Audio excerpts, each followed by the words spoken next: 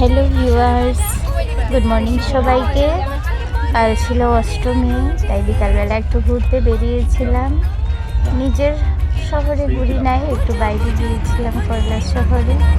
কৈলাস শহর যেতে যেতে রাস্তাটা অনেক সুন্দর, তাই ওখানে আমরা একটু গাড়িটা থামিয়ে একটু ফটোশ্যুট করলাম।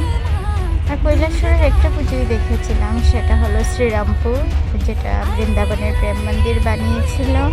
ওখানে লাইটিংও খুব ভালো ছিল, ব্রিজের মধ্যে লাইটিং করেছিল। আর ব্রিজের দুই সাইডে অনেক দোকান ছিল। ওইখানে আমার মেয়ে, আমার কাকাতো বোন, ওরা ফুচকা টুচকা খেয়েছিল।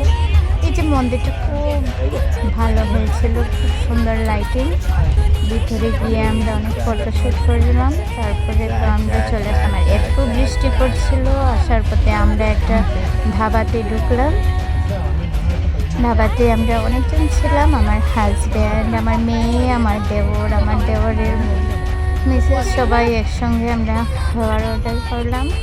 বাটার নান আর বাটার পানির। আর এই যে আমার দেওরের ছেলেটা এত কিউট। বাইরে খুব বৃষ্টি পড়ছিল। তারপরে আমরা খাওয়া টাওয়া সেরে আর একটু ফটোশ্যুট করে তারপরে আমরা এসে পড়লাম বাড়িতে। Bye bye.